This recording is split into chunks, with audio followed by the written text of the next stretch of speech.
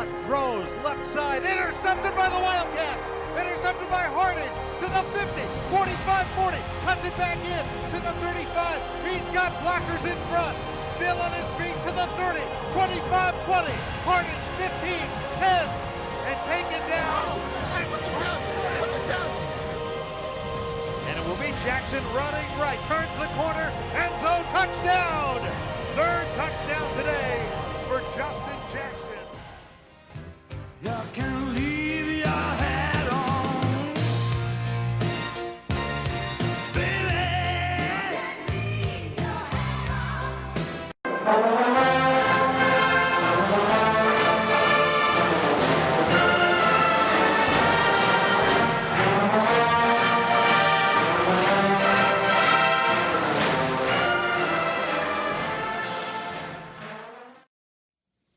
Greetings, Wildcat fans. I'm Bob. I'm Larry. This is Catnips, and it's Bowl Week for the 2016 season. The Northwestern Wildcats are bowl bound, going to the Pinstripe Bowl in Yankee Stadium after a 6-6 season.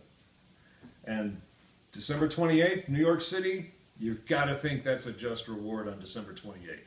Yep. So, it's been a while since we've checked in with you, so we've got some recapping to do, and we've got some Purple Fists of Justice, bowl style, to pass out before the trip this week. So, the last time we had checked in, it was right before the Wildcats played Wisconsin, and obviously that was a disappointing loss. That was followed up by a very strong performance in Columbus, but again, another close loss to the Buckeyes. But we're awarding one solid fist to Austin Carr for both those performances, a half fist each. Austin Carr showed why he was an All-American candidate this year, midway through the season, with just electrifying performances in both of those games. So congratulations, Austin Carr, for his performance in those two losses. Those losses were followed up by a solid win against Purdue. And for Purdue, we've selected Clayton Thorson for a Purple Fist of Justice. For Clayton Thorson, he had over 350 yards passing and 3 touchdowns in that game. We also want to give yet another Purple Fist of Justice to Austin Carr for that game against Purdue. He set the Northwestern single-season reception record in that game. So congratulations to Thorson and to Carr. And then that game was followed up by a loss to Minnesota. No fists for that loss. But after the Minnesota loss, of course, Northwestern was able to defend the medal hats. They kept the Land of Lincoln Award, and with the win against Illinois, they notched their 6th victory and their trip to a bowl game. For the Illinois game, we give a massive fist to the joint rushing combination of Justin Jackson and John Moten IV. Jackson and Moten IV combined for over 300 yards rushing and 5 touchdowns. So congratulations to them. And then also we wanted to give a Purple Fist of Justice to Anthony Walker, whose 9 tackles against the Illini continued to rack up the stats and figures for him throughout a very successful year for Anthony Walker. So congratulations. Now, this is a really competitive year for the Purple Fist of Justice. We can't say we've got a runaway winner at this stage. We can wait a little longer, can't we? They're still counting votes, and every vote should count. So we're going to wait until after the bowl game to award the final Purple Fist of Justice. The annual fist is still to be determined. Hooray for new math, new math. It won't do you a bit of good to review math. It's so simple, so very simple, that only a child can do it. So bowl math, Bob. Bowl math this week obviously is about as easy as it gets. It's 100%. Larry, you are jesting. Northwestern is headed, as we had mentioned, to the Pinstripe Bowl. They got the requisite 6 wins. Given Northwestern's APR this year, and virtually any year, they were almost certainly going to go even with a 5-7 record. But with 6 wins, they're in, along with Minnesota and with Maryland, the other 6-win teams in the Big Ten. So they face... And Minnesota is going to their game. Minnesota, yes. So this has been a point of contention for the last week or so. Minnesota will be going to the Holiday Bowl, and Maryland will be in Detroit. But we'll be in New York. If you want to get your shit out of my car or what? Yeah. Welcome to New York. Go on. With a lot of, I'm sure, New York and East Coast alumni for this game. And we'll be facing a team that we haven't seen since 1973, the Pitt Panthers. So what do we know about Pitt this year? Wow. Well, beyond just this year for me personally, I mean, a long time ago, a very bad Cats team won only 3 games all season, but one of those games was beating Pitt on the day I was born. You could say I take this game a little bit personally. But yeah, this Pitt team's basically, think of it as being built by Paul Chryst, now the Wisconsin coach, and Pat Narduzzi, the defensive coordinator for Mark D'Antonio at Michigan State. Remember the no-fly zone?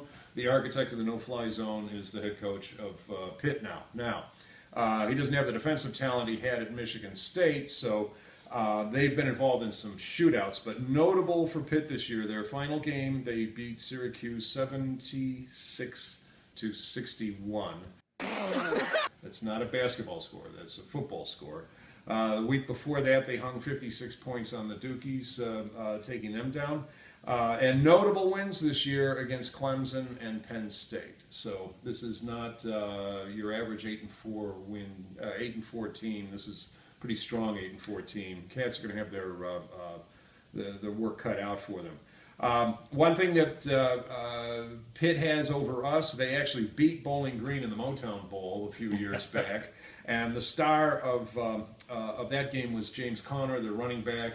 He's going to be coming out early in the draft, so you can expect him to try to put on an all-star performance.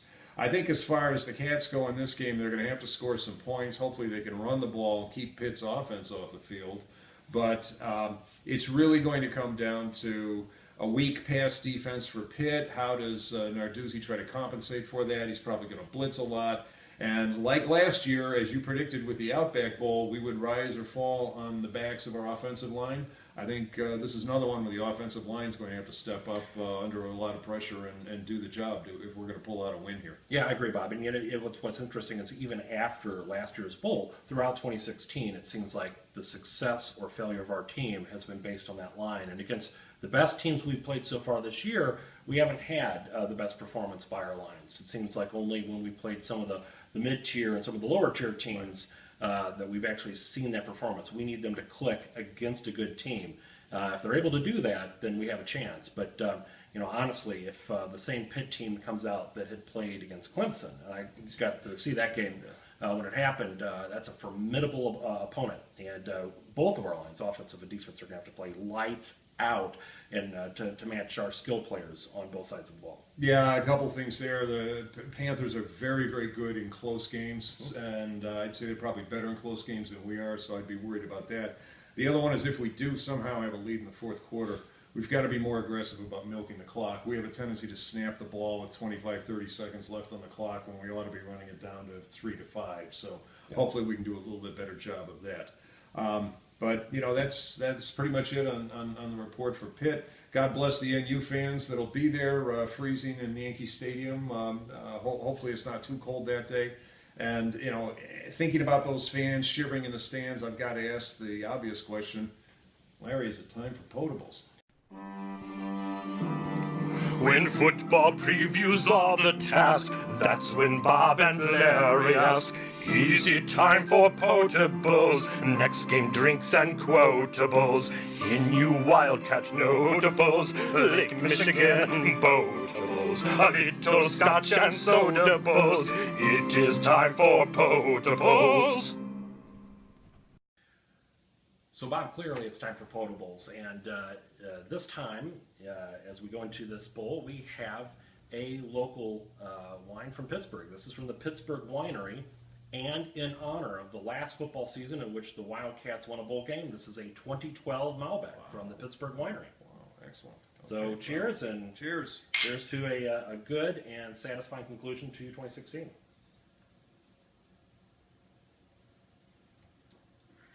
Thoughts? Malbec, malware. I think we're going to get hijacked on this one. I see the Cats not falling into the usual 10 to 14 point hole, but maybe digging themselves a 21 point hole, spending the rest of the day trying to come out of it. I'm going to say Pitt 42, Cats 14. So, Bob, you don't normally think of Pittsburgh as a place for good, satisfactory wine, and this is actually quite smooth. You also don't think of Pittsburgh as a good, satisfactory place for football, and right now the Pitt Panthers are doing quite well. I think this is going to be a typically well-scoring game, high-scoring game. I think we'll score, let's say, 3 touchdowns, 1 missed extra point. I think it'll be Pitt 38, Northwestern 20. As usual, let's hope we're both wrong, and let's hope that Northwestern's able to pull out a win. That would be great, Larry. This is the one time you and I actually love to be caught wrong, is on a bowl game projection. We're usually wrong, but this time let's hope that we're both really out of bounds. All right. Well, that's about it. We'll be back after the bowl game for a recap on that final Purple Fist of Justice Award. So in the meantime, go Cats. In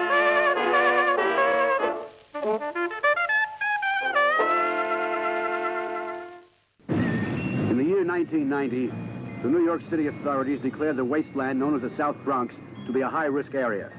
There would be no further attempt to restore law and order to that notorious borough. The South Bronx had long since been controlled by gangs with such names as the Riders, Scavengers, Ironmen, Tigers, and Sharks. To venture without permission into the territory of a rival power was to risk war. War with no holds barred. War to the death. Only one man had anything to gain from such a war. Only one man could prevent it. Only one man. 1990, the Bronx Warriors.